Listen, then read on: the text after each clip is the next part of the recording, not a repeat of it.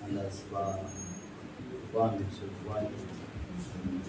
126 years of Constitution and provisions of 160 of the Notice of where courts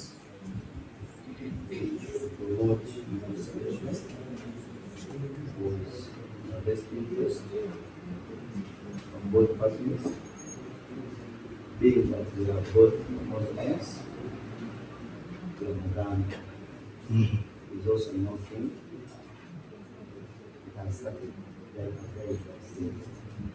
So I have found a position and stated that my colleague will therefore also have instructions and let go myself after exams.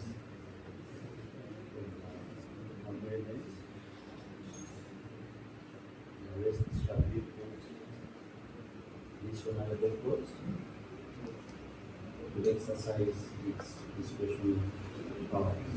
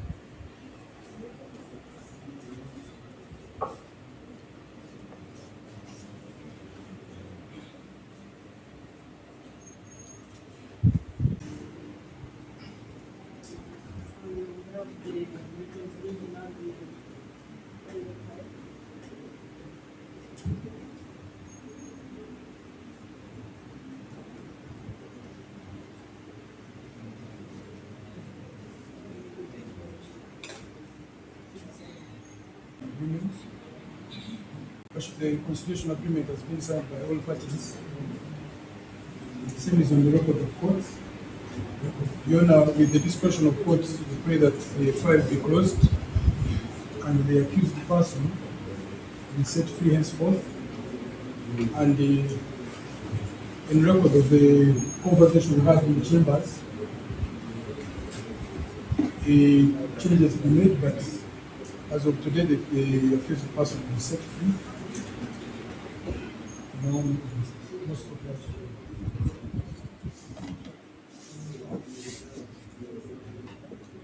Sign the agreement, madam.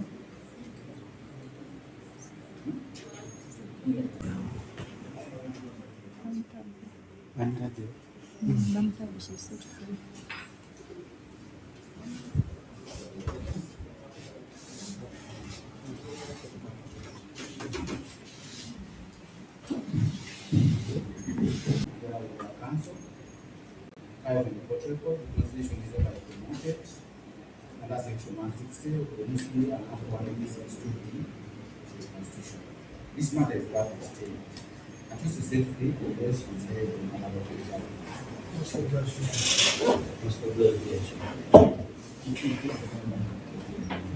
Kano kasuku yatugamba yali wano afune milioni 3. Omwana oyo tetuli musonyifu.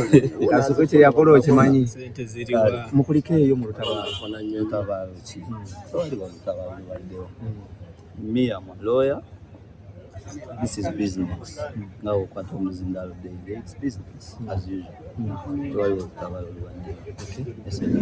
Omukyala bamutadde Luwi Light Aisha Nansobuga.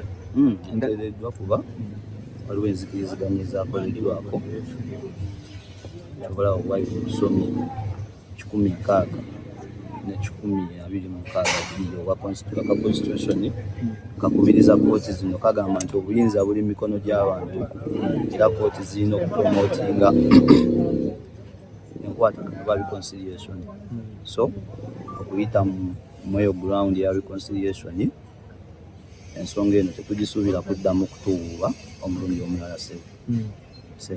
Omulamuzi alina wagambidde ebintu byamwe mubadde mwogera mpola nga tetubiwulira naye ebimu ku byempuliddeko ng'abuuza omuwawaabirwa nti agreement wagisayinize.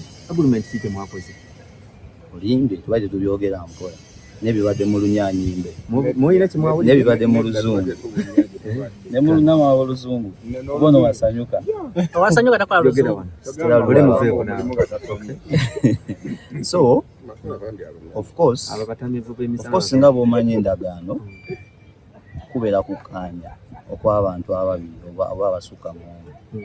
So kakati kooti eba erina okukakasa nti tewali akakiddwa okuteeka omukono ku kyaba ataddeko. So buvunaanyizibwa bwa kooti okukakasa nti endagaano ebali mu maaso tekakiddwa muntu yenna yeesaliddewo gikola ng'era alaba kyekisinga. Endagaano ki gyemukoze? Endagaano etuusibwako nga bwe nakunnyonnyodde mu mateeka tulina enkola nnyingi zetumalamu omusango. Mateeka tebagwaddwo wabaawo awini ng'oba Luzira. Kakati wano kukwatagana endagaano ekoleddwa naye omusango nange nzijeewo. Of course it's a public document. Siri nnyo sagisharinga naye osobola okugenda ku kooti oba ku system ya ICMIS nojja nolaba contents himself eri public. So kiwedde temugenda kuddamu kwewuba mu kooti? Tewali yeewuba mu kooti mukama wange nga bwe nagambye nga bw'ositudde omuzindaalo gwe naffe mulimu Okwewuuba mulimu? Baddewo nange mbaddewo ku lwa Zuena satu. Akantu tekawedde babiri bagenda mu Ramadan mwena mumanyi ekibaawo mwezi mutukuvu bona bali musawumu musiramu munne alabika nga yafunye okulabikibwa n'asalawo ensonga nakola eki agimalirize. Nga bw'omanyi ffe omulimu gwaffe tupangisibwa busungu gwe bwoba n'obubo ffe nga tukola ki nga tukugenda mu maaso bukuggwako ne mukwatagana mba sikyalinawo nnyo omugaso nze nga kuliiga.